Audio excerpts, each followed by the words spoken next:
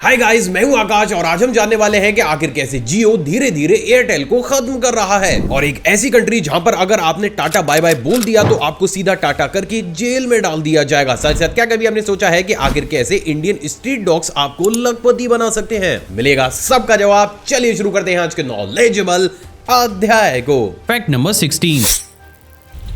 Guys, present date में आपने छोटे छोटे बच्चों से लेकर अधेड़ उम्र के लोगों तक को भी कार की सनरूफ से बाहर आकर अपने रौले को जमाते हुए तो जरूर देखा होगा। लेकिन क्या आपको पता है कि अब यही कॉन्सेप्ट आपको बहुत ही जल्द कमर्शियल प्लेन्स में भी दिखेगा? असल में भी हाल ही में US aerospace technology company wind speed ने बात पूरी तरीके से साफ कर दी है कि वो एक ऐसे प्लेन को डिजाइन करने जा रहे हैं जिसमें कुछ इस तरीके की एक सनरूफ को भी इंस्टॉल किया जाएगा। इंटरेस्टिंग बात यह है दोस्तों कि अभी इस सनरूफ का मजा एक बार में सिर्फ 2 ही पैसेंजर्स ले पाएंगे और इन पैसेंजर सीट्स को नॉर्मल सीट्स के कंपैरिजन में लगभग 10 गुना ज्यादा ऊंचे दामों पर बेचा जाएगा। लेकिन समाज में अगर आपको और ज्यादा रौला जमाना है तो इतना पैसा खर्च करना तो बनता ही है। Fact number 15।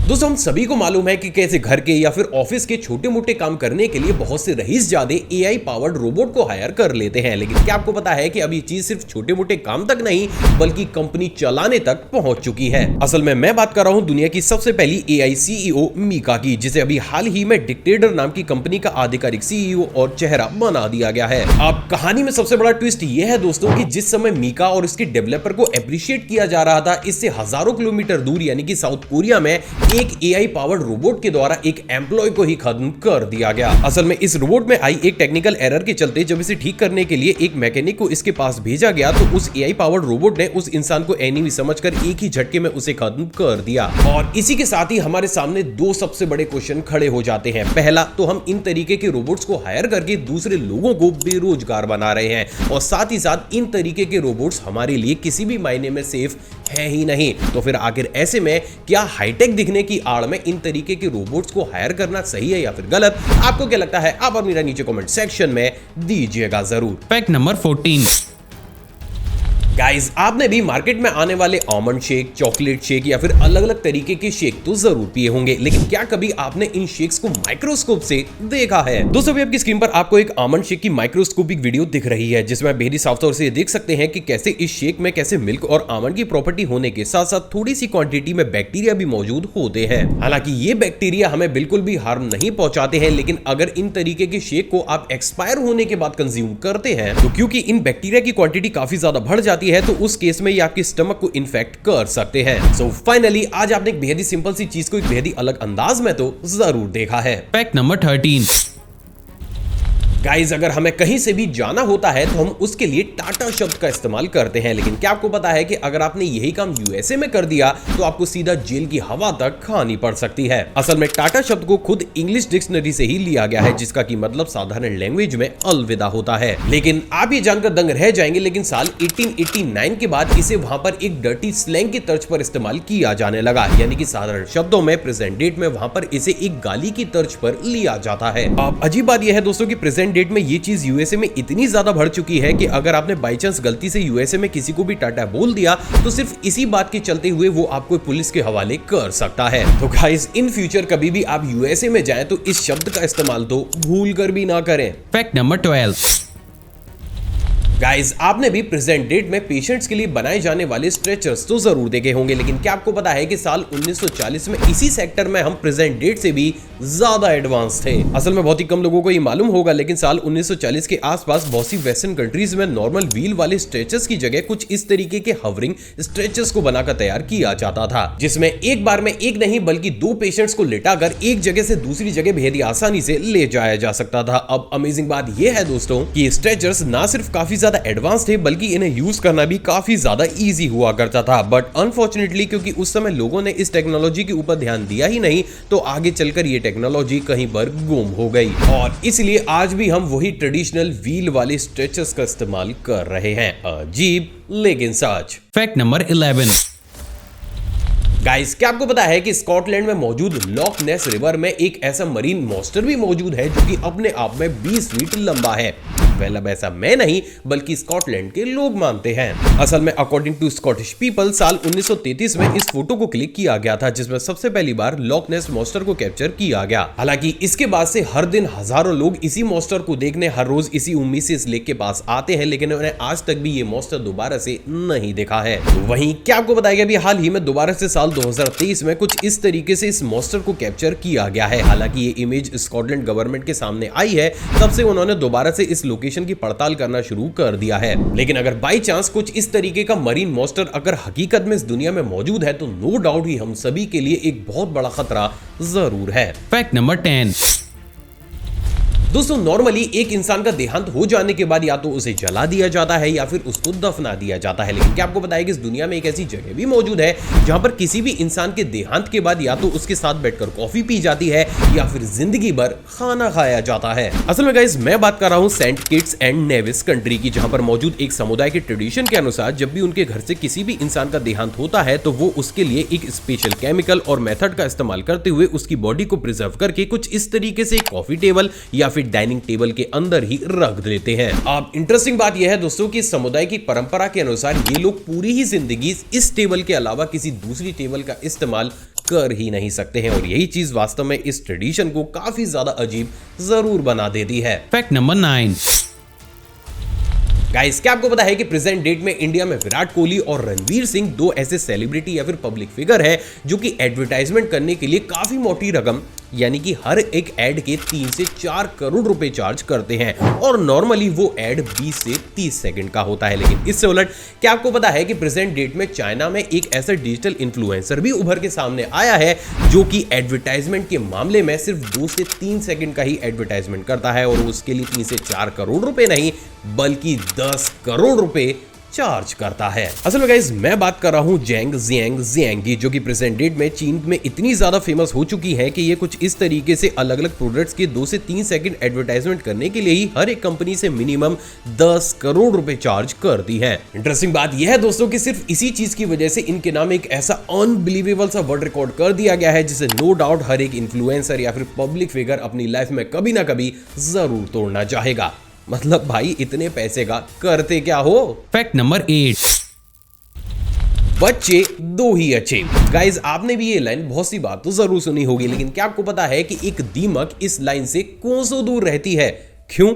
चलिए एक मैथमेटिक्स की क्लास लगाकर इसे समझने की कोशिश करते हैं। असल में बहुत ही कम लोगों को ये मालूम होगा, लेकिन एक क्वीन टर्माइट हर 3 सेकंड में एक अंडे को डिलीवर करती है, यानी कि ऑन एन एवरेज एक रानी दीमक एक दिन में लगभग 30,000 अंडों को डिलीवर करती है, यानी कि हर एक साल में लगभग 1,09,50,000 अंडे। अब क्योंकि एक रानी दीमक ऑन एन एवरेज 20 साल तक जीती है तो वो अपनी पूरी ही जिंदगी में लगभग 21,90,00,000 अंडों को डिलीवर करती है। और यही वो सबसे बड़ा कारण है जिसके चलते हुए आपने इस चीज को नोटिस जरूर किया होगा कि अगर दीमक एक जगह पर हल्का सा भी डेवलप होना शुरू हो जाती है तो वो सिर्फ कुछ ही दिनों में बहुत बड़े स्केल पर बढ़कर आपके पूरे ही फर्नीचर को खाकर चट कर देती है। वैसे क्या आप दीमक की सुपर फास्ट सर्विस के बारे में पहले से ही जानते थे? कमेंट सेक्शन में कमेंट करके बताइएगा जरूर। Fact number 7।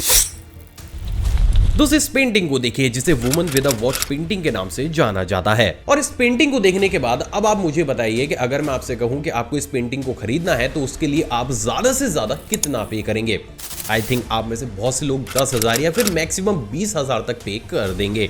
लेकिन क्या हो कि अगर मैं आपसे कहूं कि इसी पेंटिंग को अभी हाल ही में 11.5 अरब रुपए में बेचा गया है। असल में गाइस इस पेंटिंग को साल 1932 में स्पेन के एक महान आर्टिस्ट पाब्लो पिकासो के द्वारा बनाकर तैयार किया गया था, जिसे अभी हाल ही में एक ऑक्शन में लगभग 11.5 अरब रुपए में नीलाम किया गया है। अब इंटरेस्टिंग बात यह है दोस्तों कि ये पेंटिंग पिकासो की अभी तक की बिकी सारी ही पेंटिंग्स में सबसे ज्यादा कॉस्टली है। एंड ऑनेस्टली भाई मेरे पास शब्द नहीं है, क्या दिख गया इस पेंटिंग में 11.5 अरब रुपए का।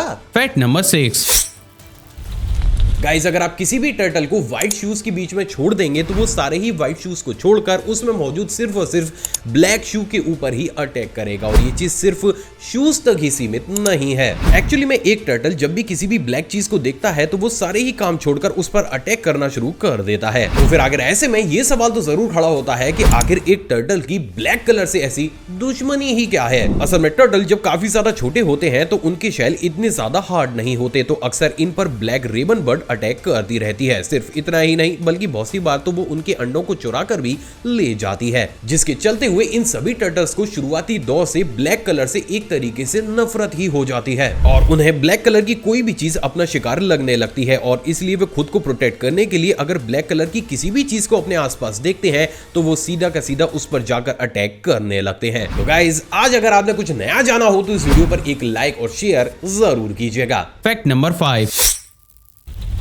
गाइस, ये तो हम सभी जानते हैं कि प्रेजेंट डेट में इस पूरी दुनिया का सबसे बड़ा हेलीकॉप्टर MiL Mi-26 है, जिसे कि साल 1980 में रशिया में बनाकर तैयार किया गया था। लेकिन क्या आपको पता है कि इसी सेक्टर में इससे भी ज्यादा पावरफुल हेलीकॉप्टर को ऑलरेडी साल 1952 में यूएसए में बनाकर तैयार कर दिया गया था। दोस्तों, आपकी स्क्रीन पर आपको जो हेलीकॉप्टर दिख रहा है वो वही साल 1952 में बना दुनिया का सबसे बड़ा हेलीकॉप्टर है। लेकिन क्योंकि उस समय यूएसए के पास इतनी ज्यादा एडवांस टेक्नोलॉजी मौजूद नहीं थी तो वो इसका कभी भी प्रॉपर पेटेंट करा ही नहीं सके और इसलिए आगे चलकर वो ना ही इसे प्रॉपर तरीके से कभी डेवलप कर चुके। लेकिन टेक्निकल बेसिस पर यही हेलीकॉप्टर दुनिया का अभी तक का सबसे ज्यादा पावरफुल हेलीकॉप्टर था। अजीब लेकिन सच। Fact number 4। गाइस, वो दौर था जब हमारे देश में टिकटॉकर्स और सड़क पर मौजूद आवारा कुत्तों की संख्या बढ़ती हुई चली जा रही थी। अब गाइस देखो, टिकटॉकर्स की क्वांटिटी पर गवर्नमेंट ने रोक तो लगा दी, लेकिन आवारा स्ट्रीट डॉग्स का क्या? असल में अभी जानकर दंग रह जाएंगे, लेकिन एक रिपोर्ट के अनुसार सिर्फ इंडिया में ही हर साल आवारा स्ट्रीट डॉग्स लगभग 3000 से भी ज्यादा लोगों को काटकर इंजर्ड कर देते हैं। और इस इंसिडेंट के बाद जो लोग अपना इलाज कराने के लिए केपेबल नहीं होते हैं उन्हें अपनी जान से हाथ भी गंवाना पड़ता है। तो वहीं क्या आपको पता है कि अब इसी चीज को टैकल करने के लिए पंजाब और हरियाणा गवर्नमेंट को आपको मुआवजा देना पड़ेगा। असल में अभी हाल ही में पंजाब और हरियाणा हाई कोर्ट ने फैसला कर दिया है कि अगर इन दोनों ही राज्यों में मौजूद कोई भी आवारा स्ट्रीट डॉग किसी भी इंसान को काटता है तो हर एक दांत के बदले में उस गवर्नमेंट को पीड़ित को 10,000 रुपए पे करने होंगे। और ऐसा सिर्फ और सिर्फ आवारा कुत्तों के अटैक के चलते हुए लोगों के देहांत को कम करने के लिए किया गया है। हालांकि ये स्कीम कितनी ज्यादा सही है और ये कितना आगे तक जा पाएगी इसके बारे में तो अभी कोई भी नहीं जानता है, क्योंकि ऑनेस्टली अब बहुत से लोग तो हमारे सामने ऐसे भी आएंगे जो कि सिर्फ पैसे कमाने के लालच में ही जानबूझकर अपने आप को स्ट्रीट डॉग से कटवा लेंगे। तो ये स्कीम कितना ज्यादा आगे जाएगी टेक्निकली अभी ये कोर्ट तक नहीं जानती। Fact number 3। गाइस, आपने भी बहुत से लोगों के मुंह से ये बात तो जरूर सुनी होगी कि हमें हमेशा ही वक्त से 2 कदम आगे चलना चाहिए। तो वहीं क्या आपको पता है कि इससे उलट इस दुनिया में बहुत सी ऐसी कंट्रीज भी मौजूद हैं जो कि वक्त से 1-2 कदम आगे नहीं बल्कि 1 घंटा पीछे जा चुकी हैं। असल में आप ये जानकर दंग रह जाएंगे, लेकिन अभी हाल ही में अमेरिका, कनाडा, क्यूबा समेत बहुत से यूरोपीय देशों की डे लाइट टाइम को बैलेंस करने के लिए इन सभी कंट्रीज के समय को 1 घंटा पीछे कर दिया गया है। बेसिकली डे लाइट टाइम वो टाइम होता है जितने समय पर एक कंट्री में सूरज की रोशनी मौजूद होती है। अब क्योंकि विंटर में दिन छोटा होता है तो इसी को मैनेज करने के लिए इन सभी कंट्रीज के डे लाइट टाइम को 1 घंटा पीछे कर दिया गया है। शुक्र है ये बवासीर इंडिया में नहीं होता। कॉम्प्लिकेटेड लेकिन सच। Fact number 2।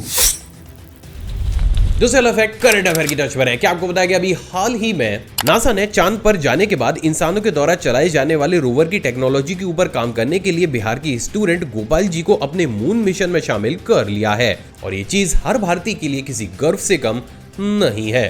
Fact number 1।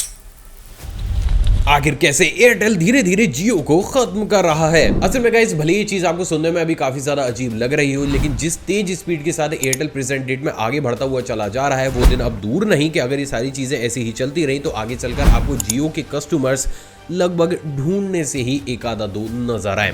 अब आखिर ऐसा क्या हुआ है और एयरटेल ने ऐसा क्या कर दिया है, चलिए इस पूरे ही सिनेरियो को समझने की कोशिश करते हैं। असल में गाइस, जब जियो को इंडिया के अंदर लॉन्च किया गया था तो क्योंकि जियो पहली बार 4G इंटरनेट को लेकर आया था और उन्होंने फ्री ऑफ कॉस्ट इंडिया के अंदर इसे सर्कुलेट किया था तो देखते ही देखते बहुत बड़े स्केल पर वर्ल्ड वाइड रिकॉर्ड्स इन्होंने बनाए थे। जैसे कि जियो दुनिया का दूसरा सबसे तेज 50 मिलियन सब्सक्राइबर्स को अचीव करने वाला नेटवर्क बना था, जहां पर यह कंपनी सिर्फ 83 दिन के अंदर ही इस आंकड़े पर पहुंच गई थी। साथ ही साथ इंटरनेट यूज करने के मामले में भी जियो ने बड़े बड़े रिकॉर्ड्स बनाए थे, जहां पर 10 बिलियन जीबी का डेटा उस समय पर जियो सब्सक्राइबर्स अकेले ही हर महीने कंज्यूम कर रहे थे।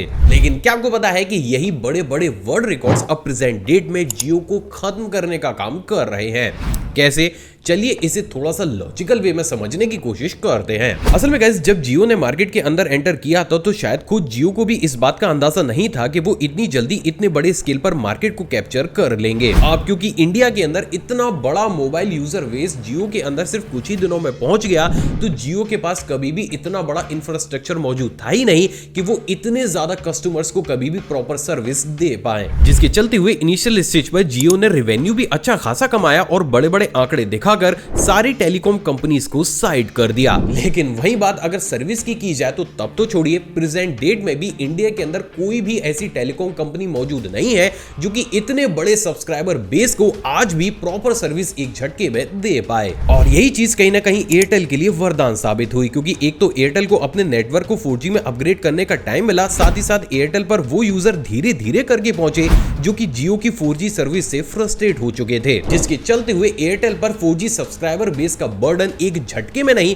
बल्कि धीरे धीरे कई सालों पर पड़ा। और एज अ रिजल्ट क्योंकि ये सब्सक्राइबर बेस धीरे धीरे एयरटेल के पास गया तो एयरटेल पर अपनी टेक्नोलॉजी और इंफ्रास्ट्रक्चर को सुधारने का ना सिर्फ प्रॉपर टाइम मिला बल्कि उनको मेंटेन करने के लिए पैसे और टाइम की भी उन्हें कभी भी कमी नहीं हुई। और इसी बात का अंदाजा अब जरा आप इस चार्ट को देखकर लगाइए, जहां पर 2021 फाइनेंशियल ईयर में एयरटेल को 12,000 करोड़ रुपए का नुकसान हुआ था, जबकि वहीं जियो ने इस साल 12,534 करोड़ रुपए का प्रॉफिट कमाया। लेकिन क्योंकि जियो इतने बड़े सब्सक्राइबर बेस को कभी संभाल ही नहीं पाया तो फाइनेंशियल ईयर 2022 में एयरटेल ने कमबैक करते हुए 8,305 करोड़ रुपए के प्रॉफिट को कमाया। तो वहीं इसके ठीक एक साल के बाद यानी कि फाइनेंशियल ईयर साल 2023 में जहां पर जियो ने लगभग 1.197 ट्रिलियन रुपीस के रेवेन्यू को जनरेट किया, तो वहीं एयरटेल ने 1.390 ट्रिलियन रुपीस के रेवेन्यू को, यानी कि इन शॉर्ट जहां पर एक समय में यह बात हो रही थी कि रेवेन्यू के मामले में जियो के सामने कोई और कंपनी टिक ही नहीं सकती है, एयरटेल ने ना सिर्फ कमबैक किया बल्कि उन्हें साल 2023 में सरपास भी कर दिया है। तो फिर आखिर ऐसे में अब ये सवाल तो जरूर खड़ा होता है कि आखिर एयरटेल ने अचानक से ऐसा कौन सा चमत्कार कर दिया। असल में गाइस टेक्निकली यहाँ पर एयरटेल ने कोई भी चमत्कार नहीं किया है, क्योंकि बात अगर जियो की जाए और जियो के अगर आप डीप डाउन इन्हें रिसर्च करेंगे और इनके फ्यूचर प्लान्स को जानने की कोशिश करेंगे तो आप भी ये मानेंगे कि प्रेजेंट डेट में जियो का अपने नेटवर्क को सुधारने के ऊपर ज्यादा प्रॉपर ध्यान नहीं है, बल्कि उनका फोकस प्रेजेंट डेट में अपने OTT प्लेटफॉर्म को चमकाने में या फिर अपने ब्रॉडबैंड को घर घर तक पहुंचाने में है, जिसके चलते हुए कहीं ना कहीं जियो 5G की दौड़ में एयरटेल से हार भी गया। तो वहीं लॉन्च होने के बाद एयरटेल आज जहां पर 500 सिटीज में 5G और यहां तक कि कुछ सिटीज में 5G प्लस सर्विस भी दे रहा है, वहां पर बात अगर जियो की जाए तो जियो 5G का रोल आउट अभी इतनी तेजी स्पीड से कर ही नहीं पा रहा। इसके साथ ही अगर कुछ और आंकड़ों पर भी नजर डाली जाए तो साल 2021 में एयरटेल को लगभग 7 लाख नए वायरलेस सब्सक्राइबर्स मिले थे, तो वहीं जियो ने लगभग 20 लाख नए वायरलेस सब्सक्राइबर्स को अपनी कंपनी में जोड़ा था। इसके साथ ही हाल ही में जारी की एक रिपोर्ट के अनुसार भी ये बात प्रूफ हो चुकी है कि एयरटेल की एवरेज डाउनलोड स्पीड लगभग 10.4 MB पर सेकंड की, लेकिन वहीं बात अगर जियो की जाए तो ये स्पीड लगभग 7 Mbps की रह जाती है। और यही वो कारण है जिसके चलते हुए आज की डेट में कहीं ना कहीं एयरटेल जियो को पीछे छोड़ चुका है। और गाइस यही बिजनेस का एक बेसिक कॉन्सेप्ट होता है, जहां पर अगर आपको कोई भी बिजनेस की कोई भी चीज ज्यादा प्रॉफिट दे रही हो और आप उस चीज को मेंटेन ना कर पाए तो आगे चलकर वही चीज आपको एक बहुत बड़ा लॉस देने लगती है। और इसलिए अगर जियो 5G के सेक्टर में दोबारा से कमबैक करना चाहता है तो उन्हें थोड़ा सा अपनी सर्विस के ऊपर ध्यान देना होगा, एंड ऑनेस्टली उन्हें ऐसा करना ही होगा, क्योंकि अगर उन्होंने ऐसा नहीं किया तो उसका खामियाजा हमें भुगतना पड़ेगा। कैसे वो भी समझाता हूं। असल में गाइस अगर आज जियो अपनी सर्विस के ऊपर ध्यान देना नहीं शुरू करता है तो कहीं ना कहीं एयरटेल इस पूरे ही सेक्टर में बादशाह बन जाएगा, जिसके चलते हुए एयरटेल मुंह मांगी कीमत पर आपको अपनी सर्विस को प्रोवाइड करेगा, जिसके चलते हुए ना चाहते हुए भी अगर आपको इंटरनेट या फिर कॉलिंग को करना होगा तो आपको उन्हें मुंह मांगी कीमत देनी होगी। साथ ही साथ यहाँ पर एक और चीज ध्यान देने वाली ये है दोस्तों कि यहाँ पर हमारी गवर्नमेंट को भी खुद के BSNL नेटवर्क को ज्यादा बेहतर करना होगा, क्योंकि कहीं ना कहीं आज हम उस दौर में आ चुके हैं कि अब मार्केट में सिर्फ इन दोनों ही कंपनीज का राज चलता है। तो आज अगर ये डेटा प्लान या किसी भी सर्विस के लिए मुंह मांगे पैसे हमसे मांगती हैं तो अगेन हमें वो पे करने होंगे, और ऑलरेडी पिछले कुछ समय से हमारे साथ ऐसा ही हो रहा है। मेरी बात का विश्वास ना हो तो आप थोड़े दिन पहले के अपने इंटरनेट प्लान्स के रेट को देखिएगा और आज के रेट को देखिएगा, और ये हर दिन बढ़ते हुए चले जाएंगे, क्योंकि कंपटीशन देने के लिए कोई मार्केट में मौजूद ही नहीं है। वैसे गाइस आप किस नेटवर्क का इस्तेमाल करते हैं और वो सर्विस आपको प्रॉपर प्रोवाइड करा रहा है या फिर नहीं, आप अपनी राय नीचे कमेंट सेक्शन में दीजिएगा जरूर। आई होप दोस्तों आज का एपिसोड आपको पसंद आया होगा और ऑलरेडी आपने इस वीडियो को लाइक कर दिया होगा। मुझसे इंटरेक्शन को बढ़ाना चाहते हैं तो नीचे कमेंट सेक्शन में कमेंट कीजिएगा या फिर आप चैनल मुझे इंस्टाग्राम पर ही फॉलो कर सकते हैं, जिसके लिए गूगल पर जाकर आपको आगे थोड़ा टाइप करना है और गूगल देता सीधे सीधे मेरी इंस्टाग्राम आईडी तक ले आएगा। एक और फ्रेश कमाल एपिसोड में आपसे दोबारा मुलाकात होगी दोस्तों। जय हिंद। और हाँ, जाने से पहले आप इन वीडियोस को भी चेकआउट जरूर कीजिएगा।